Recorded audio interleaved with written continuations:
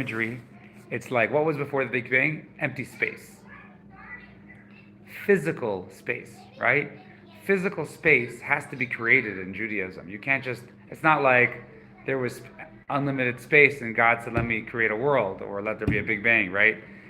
Space is a creation. It is a substance. Because without that substance, there's just spirituality. Without that substance. So what are the spheres made out of? Space. Physical space. That's the... So now, what is the substance of physical space? I don't know how to define... off the top of my head, I don't know how to define it more than space. But they can be penetrated. Like, if a comet comes through the solar system, it has to, according to this geocentric model, the comet would have to penetrate all the various spheres as it passes through the solar system, right? Correct. So that's what I was saying before. A spaceship, right, when it sees the Earth spinning, it's penetrated into another sphere. Yeah, so how does it do that? So the only thing I think that, in other words, it's the same way scientifically, it's what we call space. It's what we call space. Just the Rambam and Judaism and mysticism and creation believes that the substance called space is a created substance. In other words, it's a thing. It's not in our mind, space is a non-thing. It's emptiness. We think of it as a void. We think of it as a void. In Kabbalah and in creation, there's no such thing as a void. God has to create a void. So the void substance that we call, I remember someone referring it as quantum foam. That's what, because they get into this in quantum physics. What is a void, right? But the space which we call empty is really something, and it has characteristics. Like, I'll give you an example. The fact that we can be in space and recognize it shows that it has characteristics. I'm not attacking the concept. Yeah, I know. I'm trying to describe. Just so that's what the Rambam. So now it's like invisible energy to us. There's energy in space, and we just don't. There's a certain energy, and there's a certain. So from God's perspective, He's like, let me create something that to humans looks like a void, but to me, it's actually a full-fledged creation. So, if we were on a spaceship, since you mentioned that, and we were, say, on our way to Mars, we would pass by the moon. Now, the moon is in a sphere, so we would have to penetrate that sphere. Correct? I think so. Yeah. I'm just assume that. Yes. Just to play along with me. Correct. So, let's say we have to penetrate that sphere. Yes. Say the geometry is what I'm saying. Could be wrong, but let's pretend it's right. Yeah. So would we be able to sense that penetration? Would we know? So I don't think I'm not sure if is it a tangible thing? I'm not sure if it's subtle. In other words, it's somewhat subtle. So like, let's say the further you go from Earth, the faster the Earth is spinning. Let's say, right? The further you go. So now, really, what you are doing, we wouldn't feel like, whoa, we're in a new mode or new zone or new thing, but we would see Earth spinning faster, and Rambam would say that's because our space is spinning faster as we go further from Earth. So, like, if we had a paper bag and we poke a hole in the paper bag, we're aware of it. Yeah. So I don't think we would be aware of. In other words, I don't think we would feel a sudden or a defined phenomenon where we're like, wow, we just entered another sphere. I don't think so. But so it could happen and we would not even perceive it. Yes. Okay. That's how I understand it. Okay, so chapter 11. This is a quite interesting chapter. I'm not going to do that much of it, but it's very, very interesting how the Rambam starts. He says, according to everything that we said, that the rabbinical court would calculate exactly where the moon would be and if it's seeable. So let's say you guys would go to the rabbinical court and say, hey, we saw the new moon last night. They would say, no, the new moon is exactly this second. this in the second, there's no way you saw the new moon. The new moon's happening the day after tomorrow, right? That's what they would calculate. And that was that was one of the big references on asking people questions. Besides the fact they would say, where was it in the sky? They would also know, you say, oh, I was facing east. You couldn't be facing east. It couldn't have been east, right? Or it looked like this, or it looked brighter. They would know all those things scientifically. So, We're in chapter 11. chapter 11. Oh, I'm sorry. We skipped chapter 11. You're right. Chapter 13. Chapter 13. You're right. Okay, yeah. I'm sorry about that. So so the Rambam says, we skipped chapter 11, unfortunately, but the Rambam says someone whose heart desires to know things. He said there's some people that they have curiosity and they want to know things, so he will enjoy the next several chapters' calculations, mathematical calculations, of defining exactly where the moon is and exactly where everything is. So he says, if you want to know the true place of the sun on any day, what do you need to do? First of all, you have to know exactly, okay, so this is what we described yesterday. We said when we look at the sun goes approximately 360 degrees every year. It's 365, right? So it goes a little bit less than a degree a day, right? Because we said there's two movements of the sun. The daily movement we're not calculating right now. The daily movement of the sun is not the sun. The sun's vehicle moves every day, and that's what we see, that's how science sees it, as the Earth spinning on its axis. Then there's the yearly movement. A year is when the sun starts, a solar year is the sun starts point A and ends up at point A again. So that's approximately a degree a day. So the Rambam went and he said, here's a good date. You can calculate any day from this date, how many degrees exactly where the sun will be. So what do? You calculate where the sun would be on average on that day. And then you have to find out where we said that the Earth is, the sun going around the Earth is an elliptical. And also, the Earth is not in the center, right? That's what we said yesterday. The Earth is not in the center. So, we have to calculate where is the furthest place where this... Now, what difference will it make when you're calculating? Well, when you're calculating each day, and let's say each day is a degree, when the sun is further, it will look like it's moving faster, right? Those days will be shorter when the sun is further. We call that winter. Right? So when the sun is further, it will look like it's moving faster. So now that will cause, and when it's closer, it will look like it's moving slower. So that will cause that our calculation of exactly where the sun is relative to Earth could be wrong, will be off. So what do we need to do? We need to find what they call the Goiva Shemesh and subtract the furthest place from the sun from the average place. And what you'll get is what's called the Maslul HaShemesh, which is you'll find the proper path of the sun. And now you will see how many degrees it has gone. If it is less than 180, then there's what's called Menasa Maslul. In the previous chapter, there's even after you make the calculation of how far the sun is in the furthest place, it's a little off. So the Rambam gives us a list of what he calls the Menasa Maslul. It's like these little corrective digits to put in the formula to put the sun in the right place. And if it'll be more than 180, so if it'll be, then you'll subtract it. And if it'll be more 180, you'll add it. And what you'll have is the true place where the sun is. Now, if you will have the maslul will be exactly 180, then you don't have to add anything. The average place is, so basically there's the spring and fall equinox, right? Which the weather should be about the same, right? Spring and fall, and the sun should be in the average, moving the most average that it could move at that point, right? So that's 180, right? So that's halfway around the year, right? So that time, if it's exactly 180, you don't have to add anything or take away anything based on how far the sun or how close the sun is to Earth, because that's at the average place. Okay.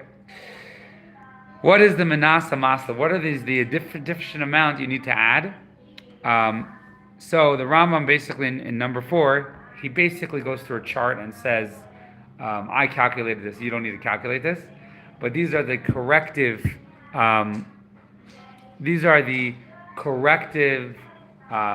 numbers that you need to add in the formula. So he basically goes through, When I first learned this, the first time I mentioned to Paul yesterday, I learned with this guy, Professor Einstein, in LA.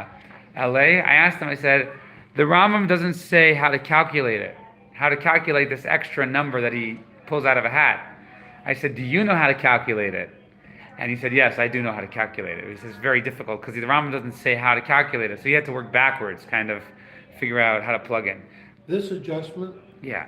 is due to circular versus elliptical, or is it? Two things. Well, number one, elliptical. But the real issue is the Earth isn't in the center. So basically, what you cause is we want to be, if let's say a solar year was 360 days and the Earth was right in the middle, then this would be very easy to calculate because we know that it's moving in equal part each day, right? 1 degree, 365. So, 360 is 5 divided by 360, and you can know a little bit, subtract a little bit from each day, right? Now, the problem is because the sun is because the Earth is not in the center, we have something called winter and summer, right? Sometimes we're closer and sometimes we're further. Sometimes the day is longer because the sun is moving at the same speed, right? Every day. It doesn't slow down. So the day becomes longer in the summer because we're closer, and the day becomes short now. So now, relative to Earth, the sun is moving at the same speed. But relative to us, when we're calculating, if you'll take your little astronomical tools, and you've just seen this for the first time, you'll say, hey, the sun's moving much slower, right? But really, it's just closer. So, but relative to us, it is moving slower. So what the Rambam is trying to calculate, if we want to know where the sun is on our relative to Earth, we need to calculate the adjustment in order to know that in the winter, it's going to be further, so it's going to move faster, and in the summer, it's going to move slower. So that's what the adjustment. And in the spring and the fall, it should be about average. So that's, yeah. Relative to what it would have been if we were at the center Yes, correct. of the ellipse. So the Rambam first calculates the center, and then now the center would also, you'd have to do an adjustment because there are times when it's further closer. But realistically, we know, according to the Rambam, we know where the Earth, in other words, we know exactly where the Earth is. So what you have is the Makim Ha'imtsai, the Rambam calls it, the Makim Hashemesh Ha'imtsai. You have the average location of the sun, and you have the true location. And that's what the adjustment is going to tell us where the true location is. But given the fact that it's an ellipse, the phenomenon of summer and winter would exist even if the Earth was at the center. Correct, it would. So that our calculation would be with our calculation would give that, we would have to put an adjustment for summer and winter to know where the sun would be. But we have to give a further adjustment because it's not in the center. So it's actually, we need to know The ellipse phenomenon gets exaggerated, so to speak, because Correct. we're not in the center. Correct. So basically, there are 3 things we need to calculate. If we're at 180 days, then we're either at fall or spring, at an equinox. If we are at anything more than 180 days from Nisan, from the beginning of his calculation at the beginning of the first month of Nisan, the month of Passover, if we're more than 180 days, we'll have to add on top of so we're starting at spring. Our first day is starting at spring. If we're more than 180 days, we'll have to add onto it with regard to being closer to the sun. More than 180 days we'll have to add, and if we're less than 180 days, we'll have to subtract the adjustment because each day is longer, is slower, we're closer to the sun. So how do we come up with the generally accepted calendar and days of the week and stuff?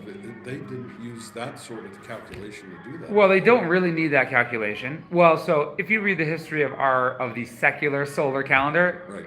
it's not all fun and games. It's not all simple. They did make mistakes. Right, I understand. But generally speaking, the solar calendar is very simple. It's finding where the sun was. 365 days, the sun is at the same place in the sky. We go through 4 seasons, and each 24 hours, each night and day is a day. So that's a pretty simple calendar. Now, the fact that it's divided into 12 months, think about it, it's a little confusing. We have months which are 28 days and months which are 31 days, right? So that took a lot of tweaking. They first did 10 months, and then they realized that the sun is way off, so they added 2 months and took out days, added days, and this is I'm already. just wondering if it was really all that helter-skelter like you just So described. this is more or- difficult because the Jewish calendar is based on the moon. So in order to know where the moon is, you have to know where the sun is, because what we call a moon is the us being able to see the sunlight on the moon, right? So here's Earth, let's say. When the moon is here and the sun is here, we can't see the moon, right? So that's a new moon.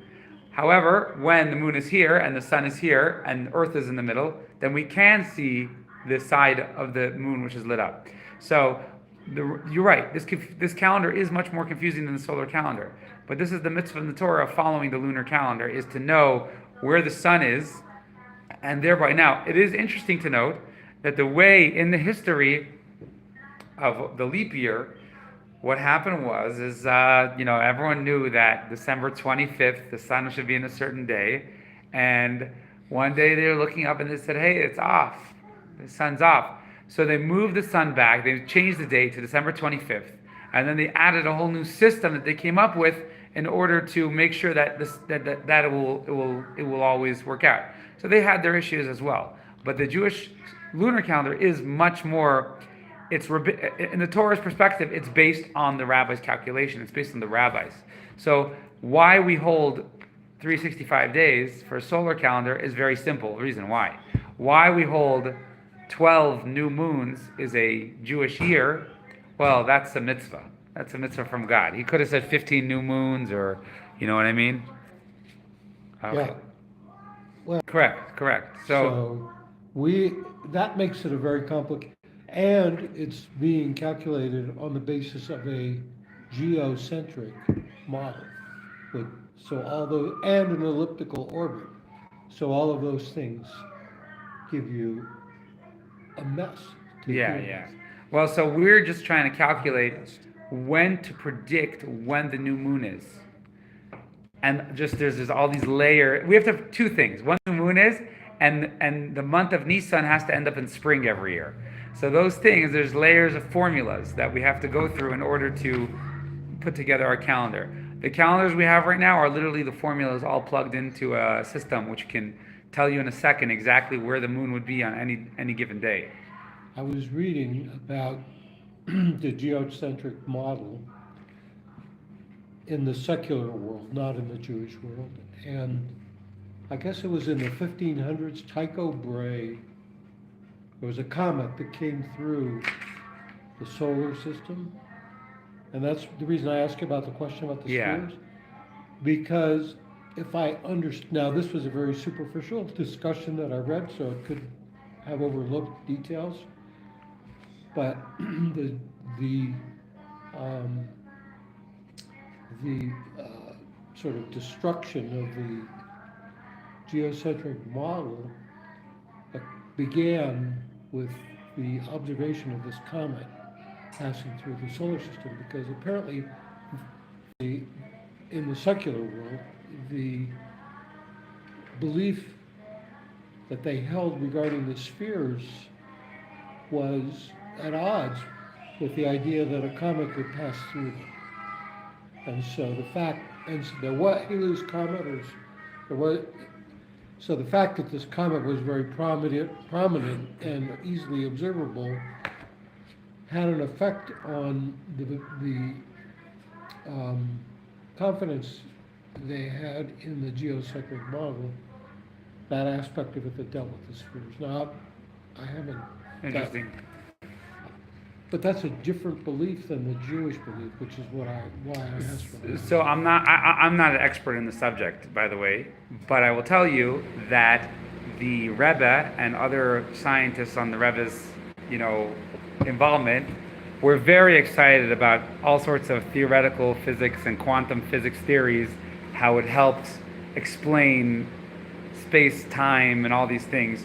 I don't even know to the extent, but I know that they were like, well, this puts the discussion over, and this makes it obvious, So I'm sure Bronover writes about it. I don't really I know so haven't much about it.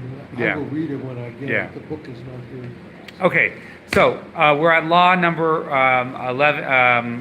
11. Law number 11 on page 145. Siman 12. 12th chapter of the Code of Jewish Law. Kitzer Shulchan Aruch. That's why. Okay. Mitzvah Loditz. So we said it's a mitzvah to pray at synagogue even if there's no minyan, and it's a mitzvah to stand near the same place.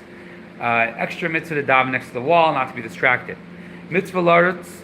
It's a mitzvah to run to the shul, to run there. And generally, it's a mitzvah to run to a mitzvah, to show your desire and your alacrity. Shenemar near the follow das Hashem, as it says in Hosea. Let's pursue the knowledge of God. Uksiv derech mitzvah arotz, and says, I will run to the way of your commandments.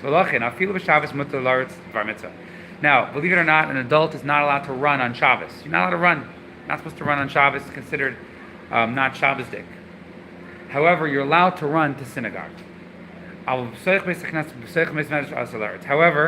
inside a synagogue or a study hall, you should not run. Now, children are allowed to run on Shabbos, but adults are not allowed to run. So you shouldn't go running, but you're allowed to run to synagogue. However, when you get to the synagogue, you should stop and take a moment. You shouldn't run in abruptly to the synagogue. Think about where you're going into. You're going in preparing yourself to pray to God. You're going in. And this is the tradition that Kitzer Shulchan Aruch says. There are different traditions. But you should say, it's a verse that we actually say at the beginning of davening on right after you put your tefillin on in the siddur. It says you say this prayer and you say, you say, as for me through your abundant kindness, I come into the synagogue. This is like asking permission to come to synagogue.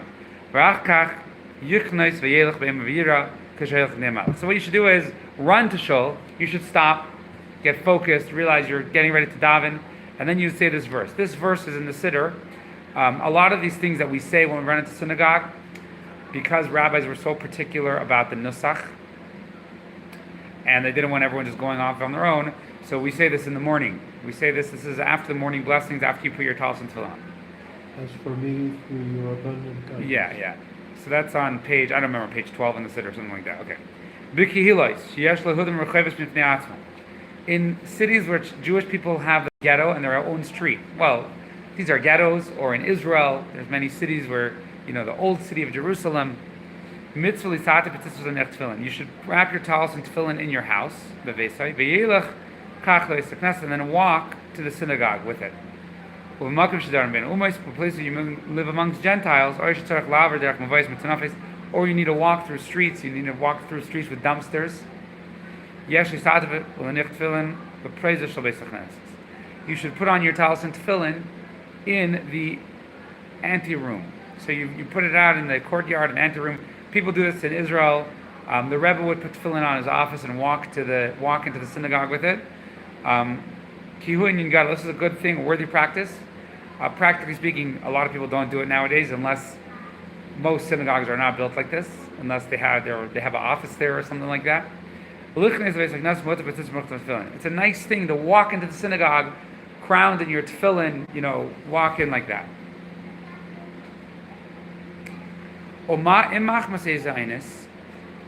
Number 12. If due to some unavoidable circumstance, one cannot go to synagogue or study, or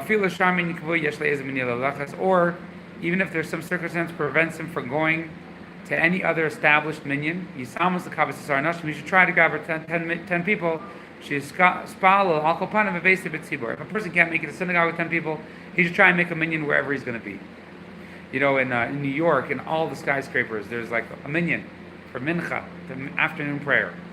If he cannot do that, if you can't make it to synagogue, you should pray at the same time that the synagogue prays, at the same time the synagogue is praying. So let's say they pray 10 o'clock, and you're at home, you should pray at 10 o'clock also. because when a minyan is praying in your city, or when the synagogue is praying in your city, that is an auspicious, favorable time to God. V'chein mishu dar b'makom she'ein lo minyan. Someone who lives in a place that doesn't have minyan, yispal b'shas hatzibur yispal v'yaris. He should pray at the same time that the minyan is praying in the cities. In tzarech limud, however, in a situation he must study Torah, or he has to go to work. One should not begin work or Torah study before the prayers. He's able to pray earlier. So if you have a reason why, so the default is you should pray when the synagogue is praying, but you cannot because you need to study Torah. Now, earlier we mentioned that if you're studying Torah, you have like a set amount that you do, then you can study before the prayer. But if you're just going to open a book and study Torah, you might get lost and forget to pray on time. So if he wants to do that, or if he needs to go to work, then he should pray as soon as it gets sunrise, and that's when he should pray, and then he can go to work or do whatever he needs to do. There's a much heavier emphasis on praying with the congregation Yes. than I thought existed in Judaism. I thought solitary prayer, praying at home by yourself, for example, would be not equivalent to, but as worthy as. But this is putting a very heavy emphasis. Yeah, correct. on- What is the reason for Minyan that? is very Isn't God important. hear everybody So, praying? well, God said it's when you pray on your own merit, it's not as good as when you pray with a group. The group creates God to want to answer prayers much easier. Group is a very important thing in prayer. This is good to know. Yeah, so minyan is very important, and even three people is actually more important than one person. And even if you're not there, you should pray at the same time that they're praying, because when Jewish people are grouped together, united, God looks at them with more of a favorable eye. So that's interesting. so even people, even like famous Jews who would want to pray by themselves because they would pray for hours and hours, they would go to a minyan, and people that still do this today, they would go to a minyan to answer all the amens and all those things in order to have been with the minyan, and then they would pray by themselves after. Yeah. Okay. Okay, so this is another thing. Technically speaking, you're not supposed to eat until you pray. You're not supposed to eat until you pray. You're not supposed to eat before prayer. Now, what we're going to say here, okay, if you're weak at heart, which most people are weak today, so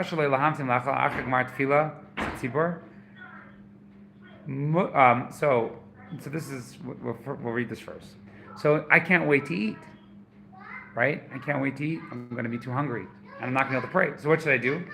So here in the default Jewish law, it says it's permitted to pray earlier in your home, in order that you can eat. So you can pray in order to eat. However, only in his home. If you come to synagogue, and there's a minyan there, you can't say, "Oh, I'm hungry, I'm going to pray before." Once you're there, you have to wait. Even if he wants to go out of the synagogue, to pray before the congregation, he's not allowed to go out, unless he sees that they're going to be prayed too late and they're going to miss the time of prayers. He should pray for himself in order that he shouldn't pass. So again, we'll summarize it after.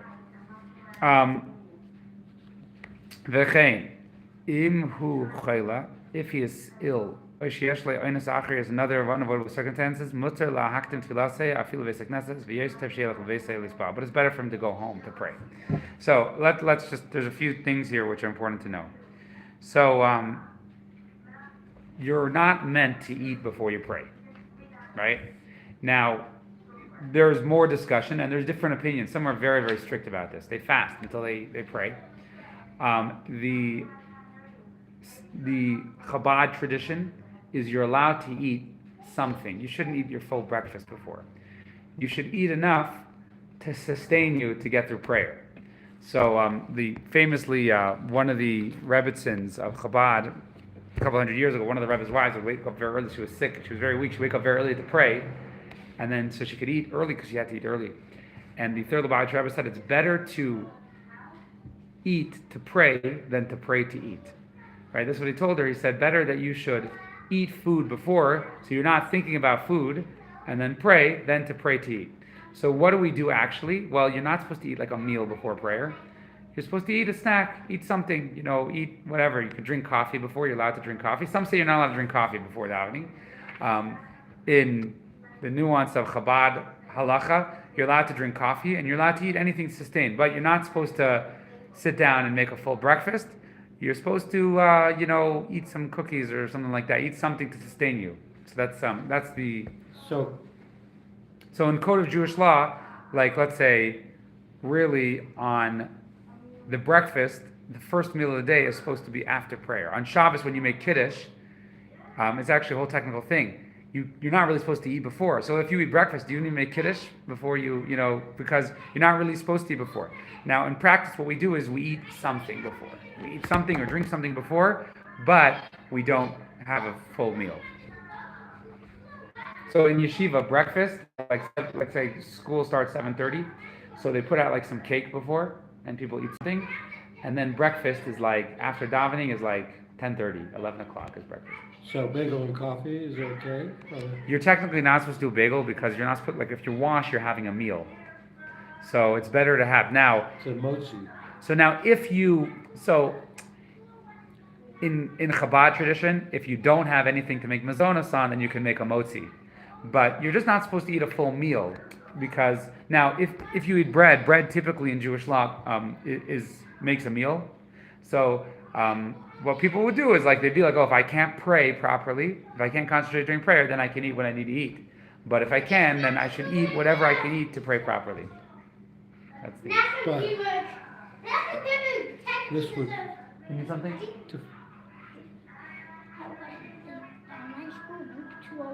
I think so. Yeah. So my confession is according to this, I'd have to alter my whole routine in the morning.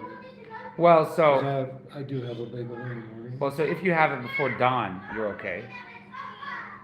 If you have it before dawn. Really? Yeah, because dawn is night, right? So you could eat breakfast before dawn. Now, if you need to eat breakfast before davening, because you can't, let's say, your health or whatever it is, then you're allowed to.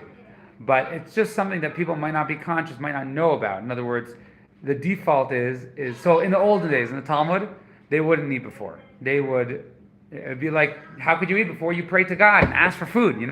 They wouldn't eat before. The Chabad, is kind of like, actually, however weak they were in the 1800s, we're way more weak nowadays.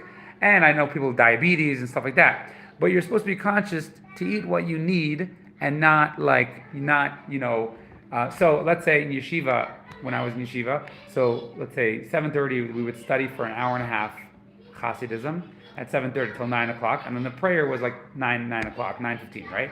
So what they would do is they would put out cookies or cake or something, just a snack, coffee and cookies and cake, and people would eat that before 7:30, and then at 7 o'clock, or 9 o'clock, you could go and grab a bite to eat. Then they would pray.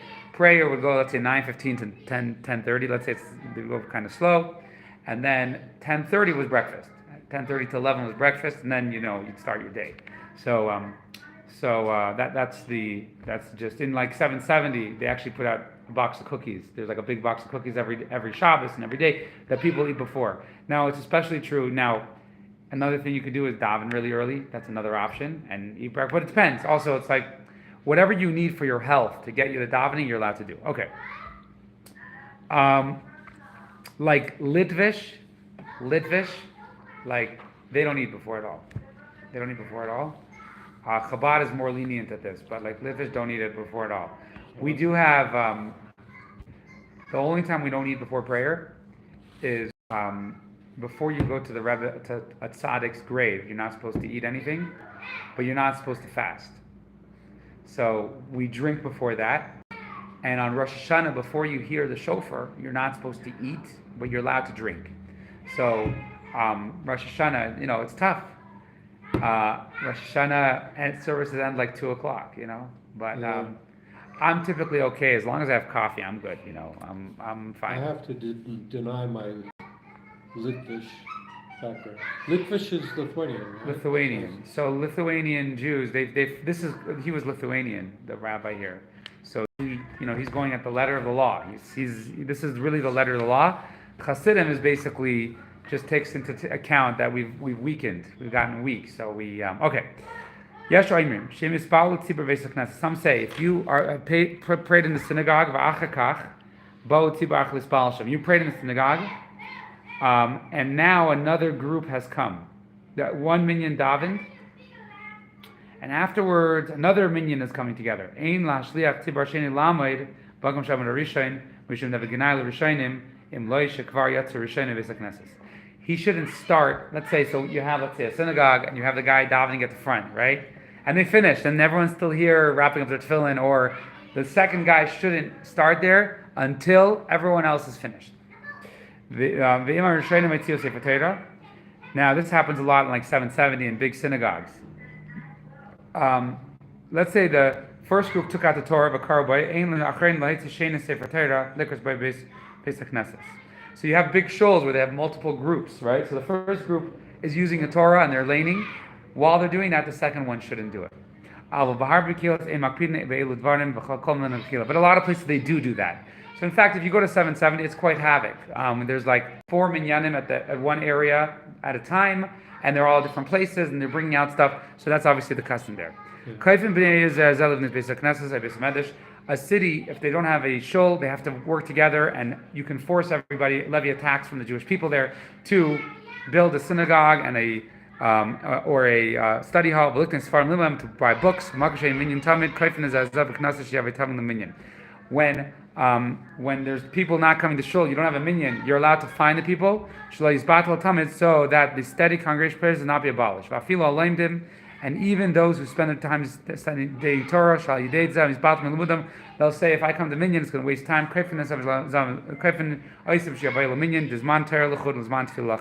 You can force even people who are doing holy things to come to shul. Obviously, nowadays we can't really force people. We don't live in Jewish ghettos. But in the olden days, they wouldn't do that. And for hundreds of years,